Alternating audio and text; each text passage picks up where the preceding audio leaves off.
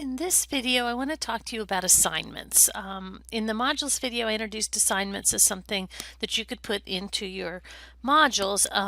And assignments are the things that students will do for a grade. So under the umbrella of assignments, you would have any sort of assignment that they would submit. You'd also have quizzes and graded discussions, but we'll talk about those separately because they're created separately. And in this section, we'll focus only on assignments that are actual submissions that the students would make. Anything that you want them to do for a grade, you should set up as an assignment. As you can see here, I set one up in this module. There's a couple different ways to get it there, all right?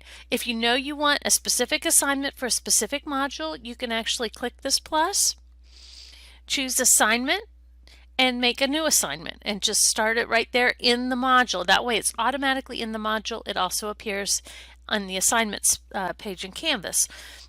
If you've already created the assignment, which you can also do from the assignments page, I'll show you that in a minute, you can just pick it from the list and add it to your module. Now I have a very simple assignment here.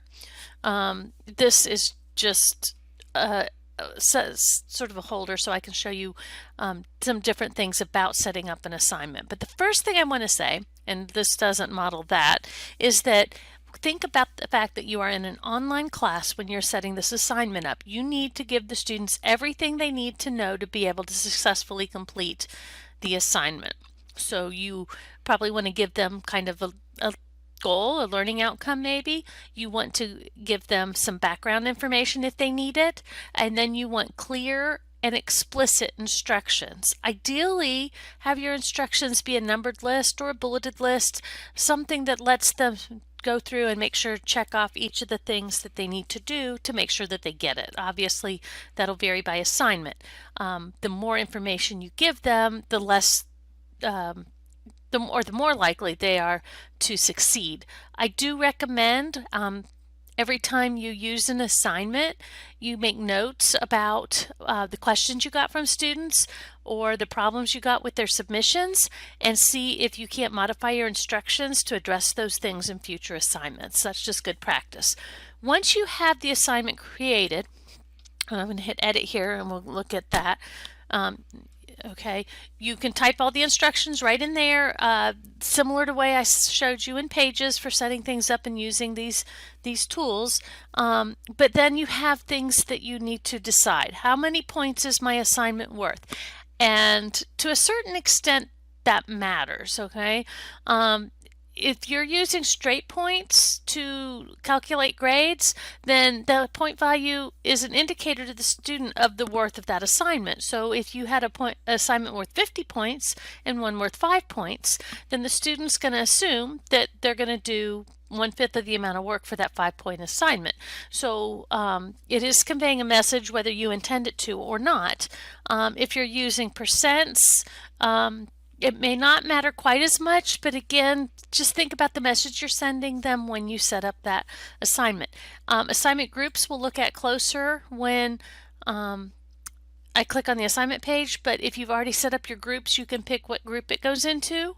You can actually display the grade as either a percentage, a complete, incomplete, that means they just get a check for doing it, points, give them a letter grade, GPA, so you have a lot of options. Points or percentage are probably the most popular.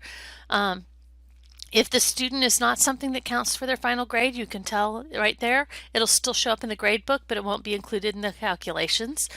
Submission type is also important.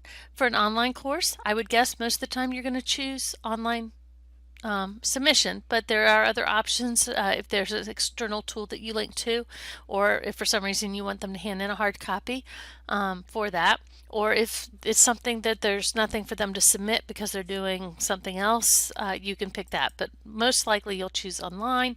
Then you can tell them the format. So are they linking to a web page? Is it some sort of recording? Is it most commonly a file upload? And you can specify, you know, if there's certain types of files you don't want. And if you want to use Turnitin, which is the plagiarism checker, this is all happens right here under submission type. If it's a group assignment, which we're not going to get into in this series of videos, but if it's a group assignment, that lets you assign the same grade to all the group members. And then the assignment dates, okay? So you would specify who to assign to, if it's, other than the whole class. What day is it due? Available from means it doesn't open till a certain time, and available till means it will close at a certain time. So you could set the due date and the close date, or the until date, at the same date, or you could have, kind of a grace period. So if it doesn't come in when it's due, it comes in after. There's different ways to approach that. What you put here on the due date then kind of nudges the student by showing up in their to-do list for that. If you need to change one of those dates for a student, you can click this plus button, the add button here, and pick a student to change that for. So if someone needs an extension for whatever reason, you can use the add to do that. All right, so once you have that assignment all set up, as I said, if you're using modules, which I strongly suggest you do, you would add it to the module. But you also have this assignments page, and having this separate from the modules tends to be, it's not confusing per se, but sometimes people get a little confused by that. So anything that's in assignments is something that the students need to do and that they get a grade for it. And as you can see, I have assignments, quizzes show up here, assignments show up here, graded discussions if you have those. Let's see, I have a couple examples of those. If you are using grade weights, or if you want to group things for any other reason, this is where you would do it. Okay, you can click plus group. That lets you give a group name. Maybe I have one on final project. Okay, so I have that, and it shows up down here as a group. Then I can move my assignments to the appropriate group. Okay, maybe this is my final project.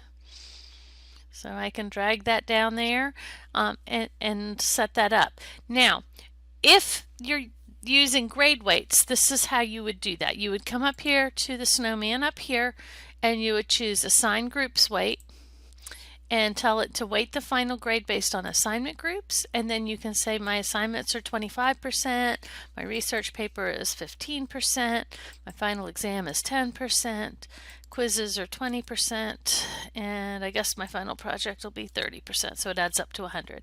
Okay, so you hit save, and it will use those grade weights to calculate your grade for your course. If you don't want to use grade weights, or you don't have grade weights, you don't need to have groups. You could have everything under assignments. It wouldn't matter. But just keep in mind, if you're going to create an assignment here, and you can hit plus assignment here, or you can do the same within the group to add an assignment to a group.